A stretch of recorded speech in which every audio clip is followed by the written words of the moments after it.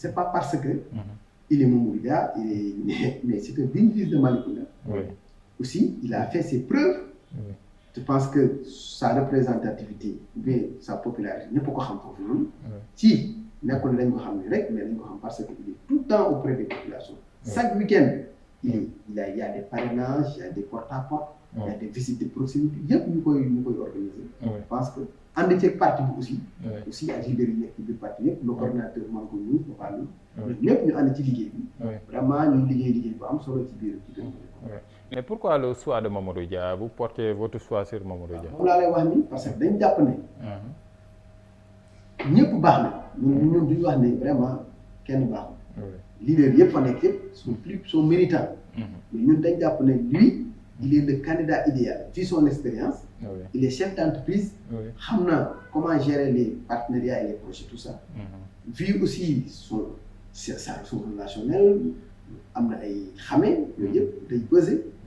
Aussi population bi xam nañ ko miin nañ ko ndax chaque fois mu ngi ak ñoom.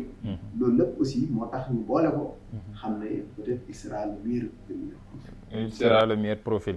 Mais fan yi dafa am benn coow bu am tuuti damay dellu ci actualité bi mooy Boucar Diouf sorti bu mu def ba gars yi retiré ko ci groupe bi te moom am na lu mu wax dafa ne ci groupe bi Ousmane Sonko am na ñoo xam ne du wax ak bu demee ba ne Sonko am na ñoo xam ne ci coalition bi du wax ak ñoom ça veut dire am na problème si biir. Waaw Ablaye ñun xam nga ñun li ñu mën a jàpp mooy. Un parti au pouvoir doit être organisé et structuré. Mënuñu bàyyi n'importe qui rek mu def lu neex. Surtout. mu nekk dans la mouvance présidentielle. kenn ku ci nekk. da nga war a am devoir de réserve. mais aussi devoir de solidarité. devoir de solidarité avec le parti. Parti mënul jël benn ligne. yow nga jël beneen ligne ba ca des. waaw loolu aussi il faut que ñu seetaat ko je pense que c'est dans ce cadre-là. mais le président Sonko vous savez il est ouvert. moom amul benn problème ak kenn. je pense que loolu Sénégal yëpp xam nañ. loolu Sénégal yëpp xam nañ ko li ma doon wax ni de te yow consultant nga man dama bëggoon xam ci renégociation ci contrat yu waa PASTEF doon wax est-ce que c'est possible parce que man am na ñu may waxtaan ak ñu bëri dañ ma ne loolu c'est pas possible. Ablaye pour ci pétrole bi ak yeneen ak yeneen. pour dire vrai ci contrat partenariat public privé. prévoir nañ sax résiliation. xam nga ku prévoir résiliation. kon bàyyi woo renégocier. yaa vi y a des clauses d'ajustement. soo demee ba sentir ne vraiment que l'intérêt de l'État est lésé parce qu'il y a beaucoup de formes qui peuvent le prouver. Il y a faute grave. Il y a beaucoup de choses qui peuvent le prouver. Montage financier déséquilibré. Tout ça loolu day prouver ne mën nañ dem renégociation. yaa ngi loolu c'est prévu par les codes même le code du partenariat public-privé. Puis 2021 c'est la loi 2021 numéro 23 du 2 mars 2021 yooyu prévoir na ko. kon je pense à son article 47 les résiliations. yooyu yëpp wane na ne.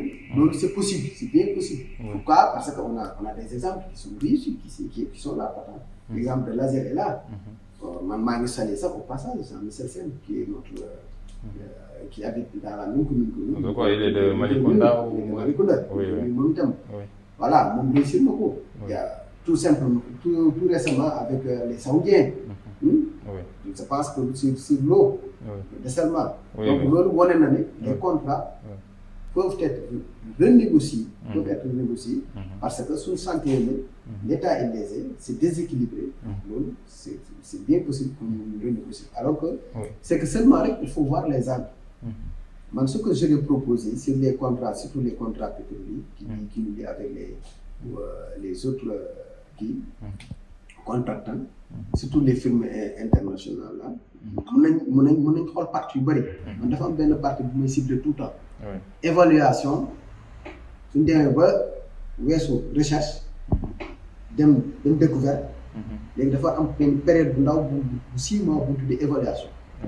cette période là permettre nañ le contractant tirer du pétrole dem à l'extérieur comme échantillonnage xool ko ñu quantifier ko évaluer ko ñun suñu bos ñu ko évaluer à 28 API American Petroleum Institute ñu pétrole boo xam ne bu riche bu baax mais période boobu noonu je pense que management war na gën a être plus regardant gën a xool du espace boobu noonu.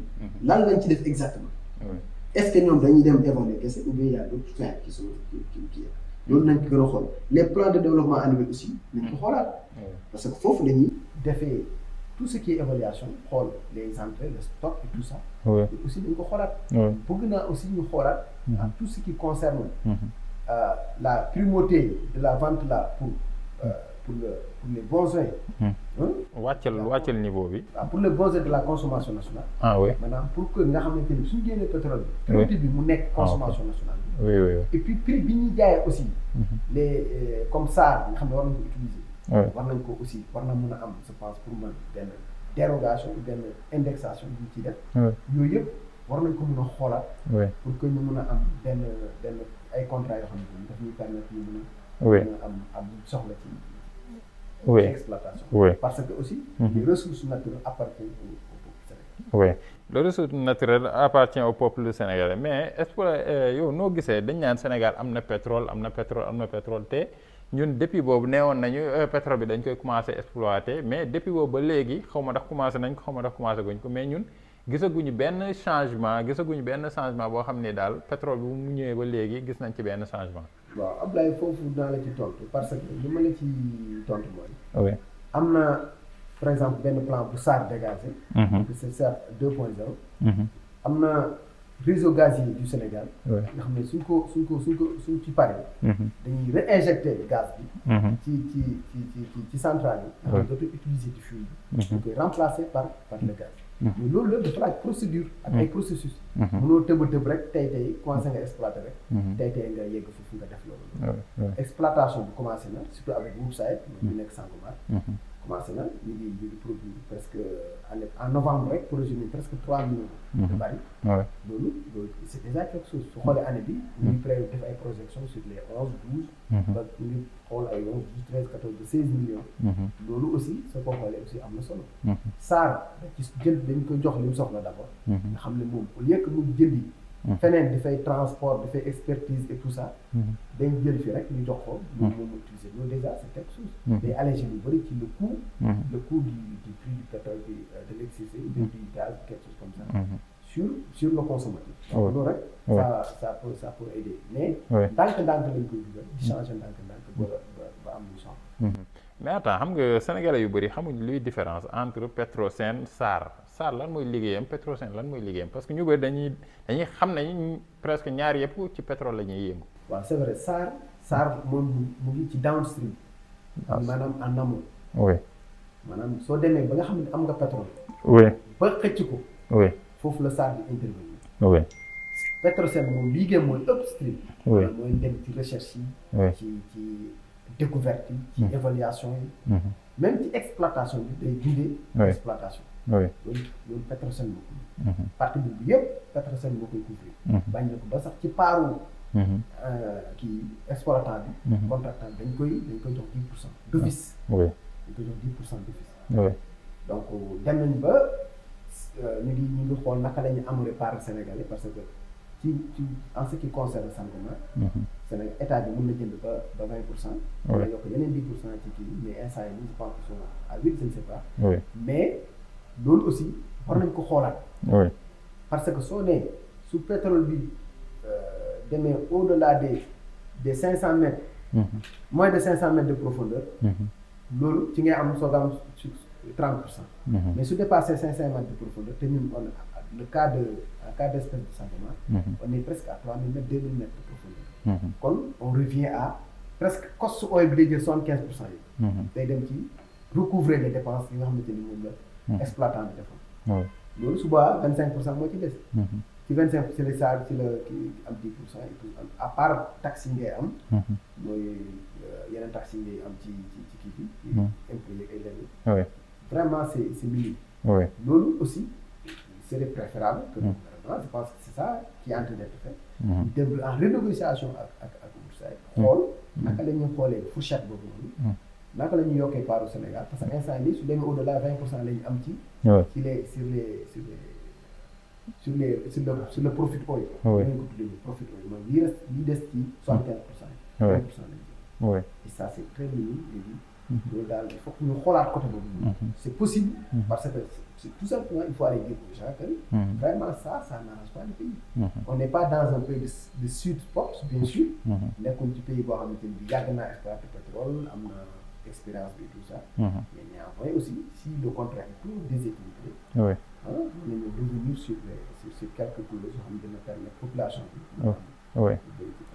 non xam nga exemple man dama lay laaj pétrole bi parce que dañ naan pétrole Sénégal mënul négocier ba mu nekk 50-50 parce que Sénégal amul matériel yoo xam ni mën nañ xam ne fii pétrole am na fi wala nangam ak nangam presque tubaab yi ñuy ñëw ba xam ni fii am na pétrole ñu door a après ñu door a def contrat bi est-ce que yow c'est possible ci contrat pétrole yi Sénégal mun def 50-50 est-ce que c'est possible. pour le moment c'est pas possible. il faut qu'on se dise d'accord. pour le moment c'est pas possible parce que soo xoolee. entreprise yi def recherche et tout ça. presque 80% yi day échec. cas patent mooy cas wu Rufisque. oui. total âge boo cherché. oui. tout ce qui est investissement yi nga ko defoon. oui. perte day jëlee balaa seen def donc. oui. les 20% yi nga xam ne ñooy réussir ci projet pétrole yooyu. dañuy combler. combler léegi les 80% yoo xamante ni mooy échec yi. donc dañ ci profité. c'est normal mais aussi il faut que ñu wax ne nii aussi. loolu ci profité comme les ressources appartiennent au peuple. il faut que aussi ñu xoolaat. naka la ñu gën a arranger affaire parce que ñu amaguñu ingénierie bi. amaguñu l'expérience. tout ça. au fur et à mesure que ñuy exploiter. di former des jeunes. di former des jeunes cadres. di leen yóbbu ñu gën a xam ce qui se passe à l'est comment on fait les choses. finalement nan lañ defee montage bi. tout ça dañ dem ba ñun dañu mën a. suñu amul matériel aussi dañu am ingénierie bi am le personnel les ressources humaines. ñu xool les ressources financières aussi. ñu mën a am capacité dem ci banque yi. lépp xaalis bi jàll bi couvrir. ces phases de recherche là et d'évaluation. et voilà loolu suñ ko mënee. dañ dem ba ci biir dañ mën a am peut-être à peu près ay 40-50%. oui. mënoo ko nekk ndax presque le plus gros de l'investissement. presque la totalité même de l'investissement. ñee ñoo koy ba pare jël 10% jox ko bénéfice pétrolier. donc ça veut dire que. léegi xam nga damay delluwaat ci ginnaaw tuuti parce que depuis sànq dama ne Sidy Diagne consultant te sénégalais am na ñoo xam ne xamuñ luy consultant te su ma la laajee lan mooy consultant loo mooy wax. consultant dafay nekk koo xamante ni day am benn expertise benn domaine d'abord. oui oui nga ne consultant ci nangam wala ci nangam. oui ensuite ñu soog a te en plus genre il faut nga am une carte supérieure am expérience. yow niveau yi. ci domaine bi nga nekk. après des formations nag en consultant. waa ci ñoom ñuy cadre comme consultant. oui nee na consultant nangam waaw xam naa suñu waxtu yi lu ñuy desee bëreetul léegi bu ma la su ma la joxee nga tàggatoo ak bu fekkee am na benn conseil boo xam ne yaa ngi conseil benn xale wala benn jeune boo xam ne mun bëgg naa nekk consultant lan mooy sa dernier mot. waaw sama dernier mot mooy d'abord. li may liggéey mooy. wax le peuple sénégalais.